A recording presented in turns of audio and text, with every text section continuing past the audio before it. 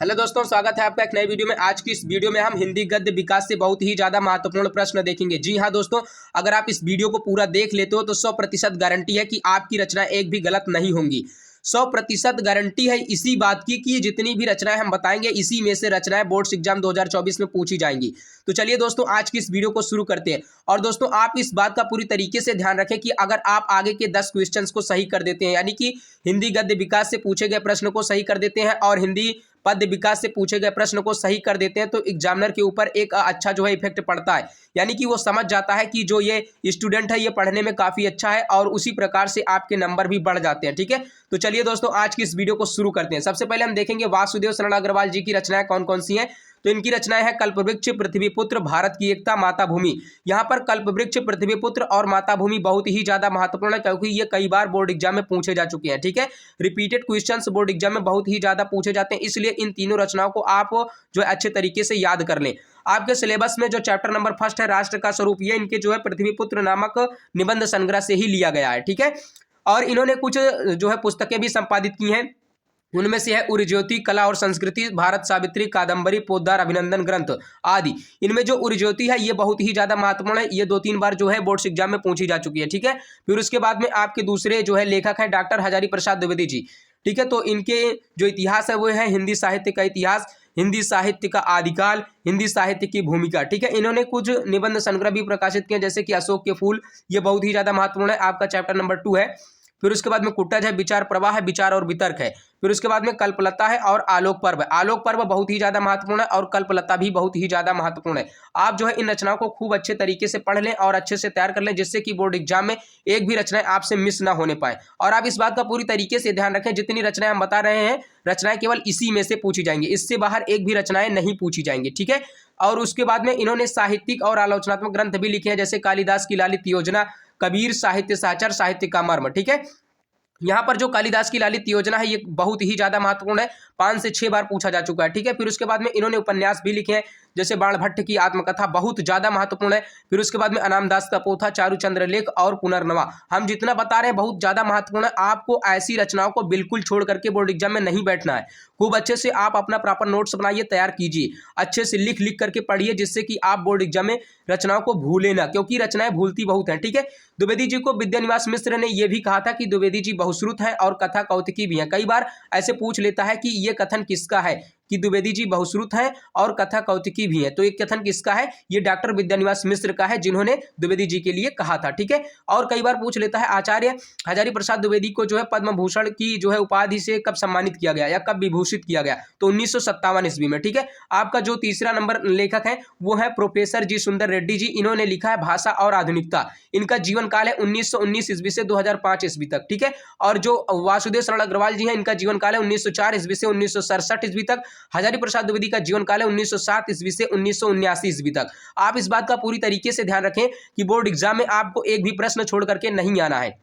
अगर आपको जीवन परिचय नहीं याद है तो आप जो है अगर लेखक का जन्म और मृत्यु लिख देते हैं, उसके माता पिता का नाम लिख देते हैं, जन्म स्थान लिख देते हैं, तो आपको 2 से 2.5 नंबर वैसे ही दे दिया जाता है। ठीक है, कोई जरूरी नहीं है कि आप 10 पेज लिखो तभी आपको पूरा नंबर दिया जाएगा।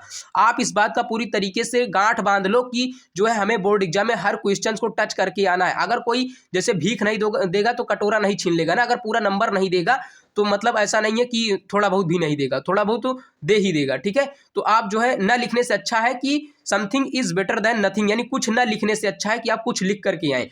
अब देखेंगे तीसरे आपके लेखक है प्रोफेसर जी सुंदर रेड्डी जी। इनकी रचना है साहित्य और समाज, मेरे विचार, हिंदी और तेलुगु एक तुलनात्मक अध्ययन। ठीक है, फिर उसके बाद में दक्षिण की भाषाएं और उनका साहित्य, वैचारिकी, ये बहुत ही ज्यादा महत्वपूर्ण है। शोध और बोध, ये भी बहुत ज्यादा महत्वपूर्ण है।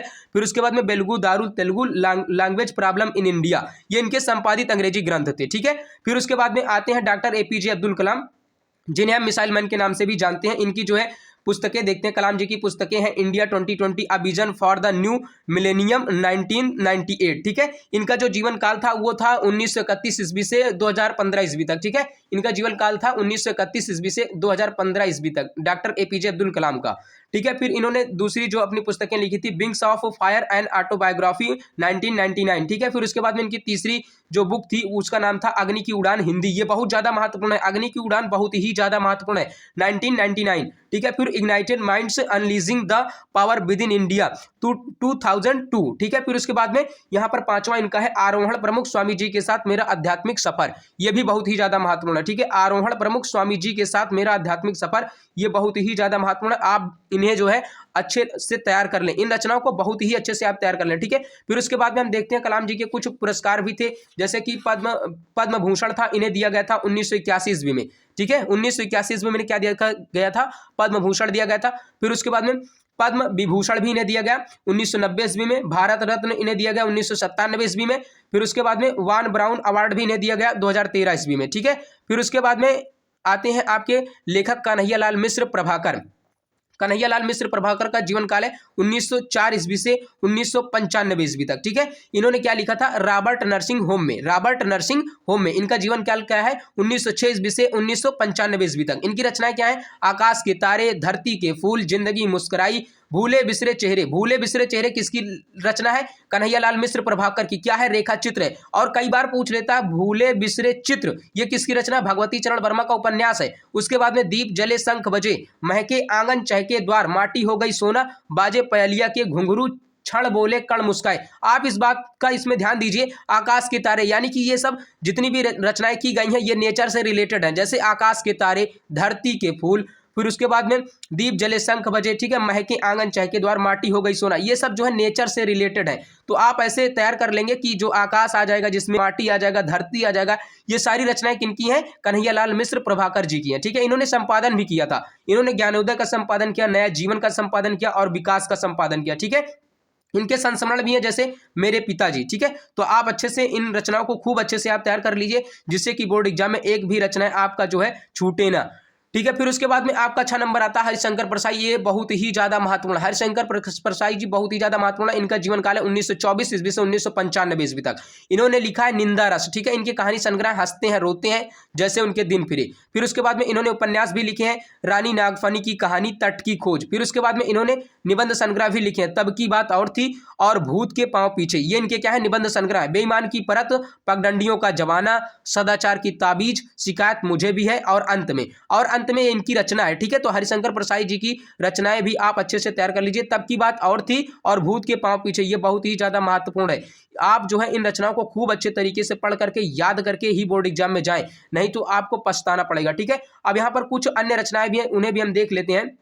यहाँ पर है रानी केतकी की कहानी के लेखक कौन है, इंशाअल्लाह खां। फिर उसके बाद में स्कंद गुप्त के लेखक कौन है, जयशंकर प्रसाद। परीक्षा गुरु के लेखक कौन है, श्रीनिवास दास। फिर उसके बाद में आवारा मसीहा के लेखक कौन है, विष्णु प्रभाकर। दोस्तों आप इस वीडियो में ये देख पाए कि जितनी भी रचनाएं पूछी जाती हैं वो कहाँ से पूछी जाती हैं। आप जो इसमें देखे वो जितनी भी रचनाएं होती हैं वो लेखक, यानी कि जो आपके चैप्टर में लेखक हैं उन्हीं की रचनाएं पूछी जाती हैं बोर्ड एग्जाम में। और उसके बाद में कहानियों से भी रचनाएं पूछ ली जाती हैं।